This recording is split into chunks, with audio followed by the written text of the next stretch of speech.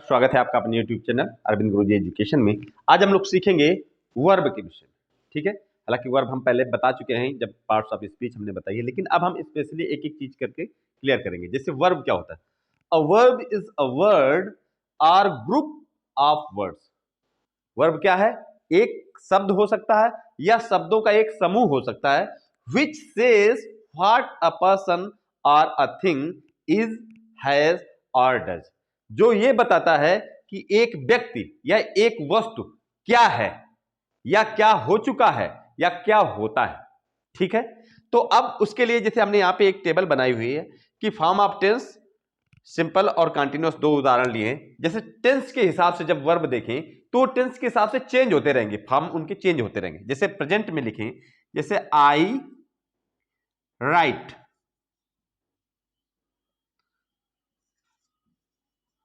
आई right यानी मैं लिखता हूं, तो इसमें क्या है? Verb right. जो भी हम कार्य कर रहे हैं वो वर्ब है। ठीक, अब यही पास्ट में लिखेंगे तो आई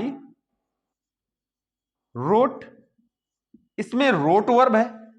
राइट का केवल टेंस चेंज किया है तो वो रोट हो गया। ठीक है, अब फ्यूचर में लिखेंगे तो आई shall write.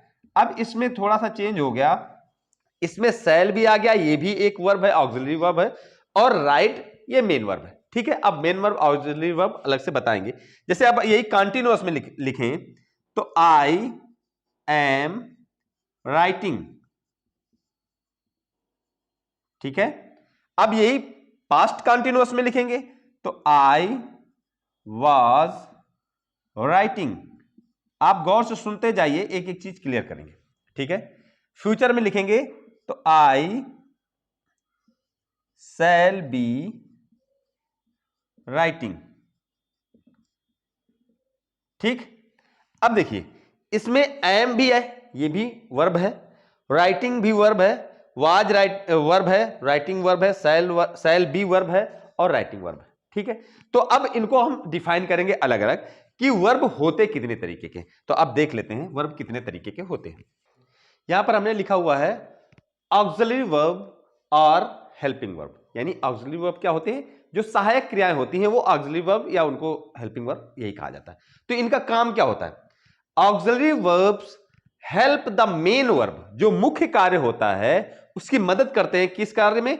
Are principal verb यानी उसी को मुख्य कार्य या मेन कार्य। ठीक है, टू फॉर्म डिफरेंट टेंसेस, कि वो रूप बना सके भिन्न भिन्न टेंस का, यानी अलग अलग काल का रूप बना ले, मूड का, आपके भाव भी दिखा सके, एंड वॉइसेस, और वॉइसेस यानी कहने का तरीका, जो वाच्य होते हैं। जैसे किताब, मैं किताब पढ़ रहा हूं तो I am reading the book, और किताब मेरे द्वारा पढ़ी जा रही है, the book is being read by me. तो ये कैसे हुआ? ये केवल जो ऑक्सिलरी वर्ब हैं उनके प्रयोग की वजह से, सिर्फ प्रयोग से हम क्या कर सकते हैं?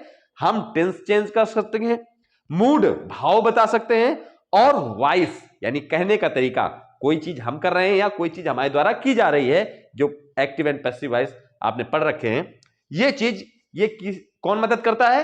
ये ऑक्सिलरी या हेल्पिंग वर्ब, ये लोग मदद करते हैं। वो उदाहरण में कौन कौन से हो सकते हैं? जैसे am, was, has, have, be, shall have, ये चीजें। तो ये जितने भी सहायक क्रियाएं होती हैं वो सारी ऑक्सिलरी वर्ब होती हैं। अब ऑक्सिलरी वर्ब भी दो तरीके की होती, देख लेते हैं वो कौन कौन सी होती। अब ऑक्सिलरी वर्ब दो तरीके के होते हैं, उसमें एक होता है प्रिंसिपल ऑक्सिलरी। ठीक है, मुख्य जो सहायक क्रियाएं होती हैं, जैसे बी, डू, हैव। अब बी के जितने भी फॉर्म है, जैसे बी के वाज, वेयर और बीन, ये भी प्रिंसिपल ऑक्सिलरी आ गए। डू के जो फॉर्म है, डू, डिड, डन, ये भी प्रिंसिपल ऑक्सिलरी में आते हैं। और हैव के दो फॉर्म, जैसे ये फर्स्ट फॉर्म है हैव, और इसका सेकंड फॉर्म हैड, और थर्ड फॉर्म भी हैड ही होता है। तो ये सारे प्रिंसिपल ऑक्सिलरी में आ गए, यानी बी, डू, हैव, केवल इतना याद रखना है। बाकी इनके बाकी के फॉर्म जो सेकंड और थर्ड फॉर्म, वो भी प्रिंसिपल ऑक्सिलरी में है। ठीक है, और दूसरा होता है मॉडल ऑक्सिलरीज। ठीक है, मॉडल ऑक्सिलरी कौन सी होती हैं? जैसे can, could, may, might, shall, should, will, would, must, ought. और ये सेमी मॉडल ऑक्सिलरी होती है कुछ। कौन सी? ये तीन है semi model. Semi model, semi model कौन सी है? ये लिख दिया आपने नीड, यूज्ड टू और डेयर। ठीक है, ये सेमी मॉडल ऑक्सिलरी भी है। ठीक है, ये मेन वर्ब में तो इस्तेमाल होती है लेकिन सेमी मॉडल में भी यानी ऑक्सिलरी में भी इस्तेमाल होती है। ठीक है, अब देखते हैं दूसरा टाइप। अब ये दूसरा होता है मेन वर्ब। जैसे हम पहले बता चुके हैं ऑक्सिलरी वर्ब, उसमें हमने प्रिंसिपल ऑक्सिलरी बता दिया, मॉडल ऑक्सिलरी बता दिया, और मॉडल ऑक्सिलरी में ही होता है सेमी मॉडल ऑक्सिलरी। ठीक है, ये भी बता दिए। अब होता है मेन वर्ब। मेन वर्ब भी दो तरीके का होता है, एक होता है ट्रांजिटिव वर्ब सकर्मक क्रिया, और एक होता है इंट्रांजिटिव यानी अकर्मक क्रिया। अब इनको थोड़ा थोड़ा सा देख लेते हैं, इनकी भी डेफिनेशन। अब देखिए यहां पर हमने लिखा हुआ है ट्रांजिटिव वर्ब। ट्रांजिटिव वर्ब का मतलब सकर्मक क्रिया।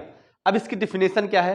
It is a verb that denote an action which passes from the subject to something और टू समबडी। अब इसको समझ लेते हैं कि ये ऐसी क्रिया है जो ये बताता है या इंगित करता है एक एक्शन को, एक कार्य को, कार्य के होने को डिनोट करता है या इंगित करता है। व्हिच पासेस फ्रॉम, वो जो कहां से गुजरता है? Subject, from the subject to something, यानी कर्ता से किसी एक व्यक्ति या एक वस्तु तक जाता है। ठीक, और ये जो व्यक्ति और वस्तु होता है, यानी कर्ता से जो व्यक्ति या वस्तु तक एक एक्शन होता है, वो जो व्यक्ति या वस्तु है, दिस समथिंग और somebody is called the object of the verb. वो क्या होता है? ऑब्जेक्ट होता है। जैसे एग्जांपल में देख लेते हैं, the cat killed a rat. अब इसमें अगर हम ये लिख दें the cat killed a rat ना लिखें तो ये क्या होगा? ये वाक्य पूरा नहीं होगा, ये इसका सेंस ही पूरा नहीं निकलेगा। ठीक है, तो यहां पर ये क्या हो गया? ये किल्ड जो है ये ट्रांजिटिव वर्ब हो गया। ठीक है, जैसे लिख दिया जाए I am eating the food. अब देखिए यहां पर आई एम ईटिंग अगर केवल लिख दिया जाए तो क्या खा रहे हैं ये कंफर्म नहीं हो रहा है, तो द फूड लिख दिया गया तो ये फूड क्या है? ऑब्जेक्ट हो गया। तो अब जब ऑब्जेक्ट की जरूरत पड़ती है कोई चीज क्लियर करने में, कोई एक्शन क्लियर करने में, कोई काम क्लियर करने में कि हम क्या कर रहे हैं, जब ऑब्जेक्ट की आवश्यकता पड़ती है तो वो जो वर्ब होता है वो ट्रांजिटिव वर्ब होगा। अगर यहां पर ऑब्जेक्ट की आवश्यकता ना पड़े या हम ना लिखें तो वो क्या हो जाएगा? इंट्रांजिटिव हो जाएगा। अब देख लेते हैं इंट्रांजिटिव क्या होता है। अब दूसरा हमने लिखा है इंट्रांजिटिव वर्ब यानी अकर्मक क्रिया। ठीक, अब ये क्या होती है? A verb that does not take an object in order to complete its sense is called intransitive verb. यानी ऐसी क्रिया जो अपने सेंस को, अपने भाव को बताने के लिए किसी ऑब्जेक्ट का इस्तेमाल नहीं करती या उसको जरूरत नहीं होती, वो क्या होती है? अकर्मक क्रिया कहलाती है या इंट्रांजिटिव वर्ब कहलाता है। जैसे द चाइल्ड क्राइज। अब इसमें वर्ब क्या है? क्राइज। अब यहीं से ये जो सेंटेंस है समाप्त हो रहा है, यानी ये मेन वर्ब के साथ ही समाप्त हो जाता है तुरंत, उसके बाद कुछ नहीं। द वाइंड ब्लोज, अब वाइंड सब्जेक्ट हो गया, ब्लोज क्या है? ये वर्ब है, तो ये कौन सी? इंट्रांजिटिव वर्ब हो गया, क्योंकि वर्ब के साथ ही अगर सेंटेंस समाप्त हो रहा है, when the sentence stop from the verb that was be called intransitive verb. ठीक है, जैसे टोबैको किल्स। अभी देखो पिछले जब हम ट्रांजिटिव वर्ब पढ़ रहे थे तो हमने बताया था जैसे the cat killed a rat, तो उसमें जो किल आया था वो ट्रांजिटिव था। अब इसमें क्या है? इंट्रांजिटिव हो गया।